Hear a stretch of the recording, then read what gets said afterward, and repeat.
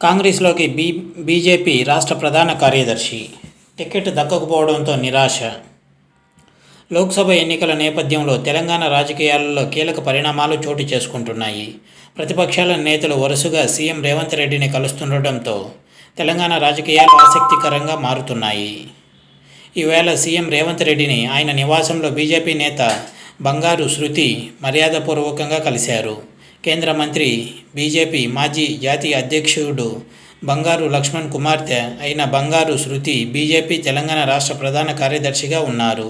రానున్న లోక్సభ ఎన్నికల్లో Nagar Kurnool MP ticket ఆశించిన బంగారు శృతికి నిన్న బీజేపీ ప్రకటించిన తొలి జాబితాలో సీటు దక్కలేదు. నాగర్ కర్నూల్ ఎంపీగా పోటీ చేయాలనే ఉద్దేశంతో ఇటీవల జరిగిన అసెంబ్లీ ఎన్నికల్లో కూడా పోటీ చేయలేదు. ఇప్పుడు టికెట్ దక్కకపోవడంతో నిరాశతో కాంగ్రెస్ పార్టీలో చేరుతున్నట్లు సమాచారం. దీనిపై సీఎం రేవంత్ రెడ్డిని ఆయన నివాసంలో కలిసి చర్చలు జరిపినట్లు తెలుస్తోంది. ఇది వ్యూవర్స్.